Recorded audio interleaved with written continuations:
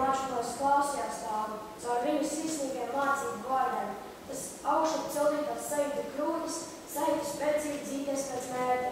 Tādēļ tas solīt, ievērot visu, tad tēvu apkārt, spiedi ar roku, un ceļos uzlēcis, cepuri celdams, vairot līdzinot, aizjāja projām.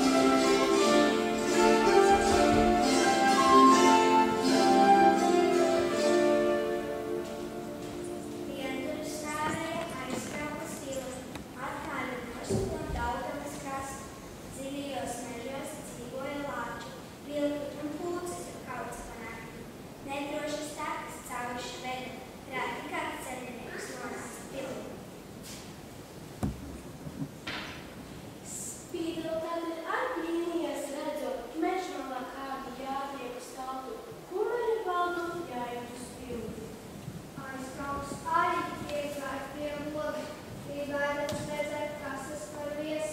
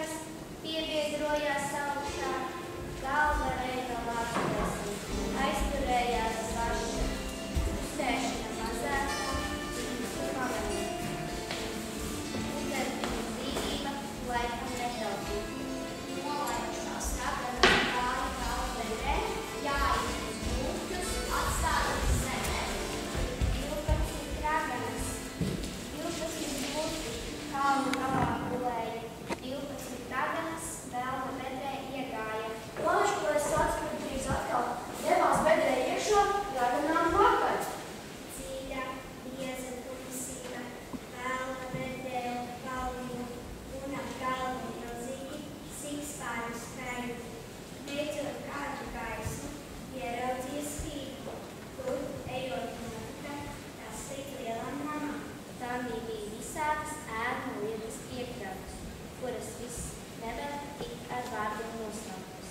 Vīrumaņu galvas, galvādi, ilgāžas pašoni, īstovi ragi, pavārīcas kapli, atcīmot redles, aizstīvi režīnes, čēkstītas veseles, stotas dažas māmuri, apdaruši tūki, raturunas gāvi, paši jācis tīkņi, apstāvas vādas, īstenātas grantas. Kādā kaklā sakrauti stāvi, zāles kaltētas, lokas bija saliktas, vāceles, kārtas, zāļu kodi, kausiņi, kubuliņi, cibas, pašā nama viducī.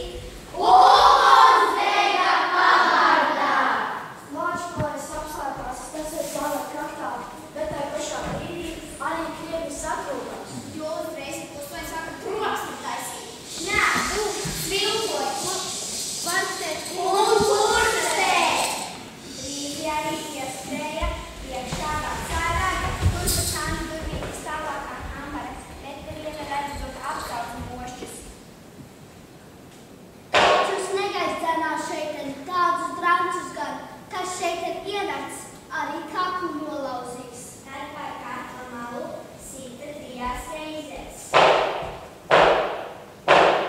Ienāca iekšā 12 meitenes, saņēma ēdienu, pasniegt no vecības. Tālāk durvis veda citā lielā kambarī. Tur bija visas sienas, tika piesta sēta. Kambarī stāvēja 12 gultas. Pēdušas raganas ņēma savus poduļus, nokopa galvas un nosīja kauli. Vecere teica: Iesim tagad kukņā, lai es jūsu acis redzības daru. Precinieki visi šeit ieradīsies, līgvām tādēļ vajag sataistīties. Lāčplēs steidzās, kam priekš kūkņā atkal mums noslēpās aiz galvai kraftā. Vecere paņēma kādu zāļu podziņu, smērēja acīs, zāles tāmas palvi. Pēc tam atkal visas aizgāja no kukņas, acis tam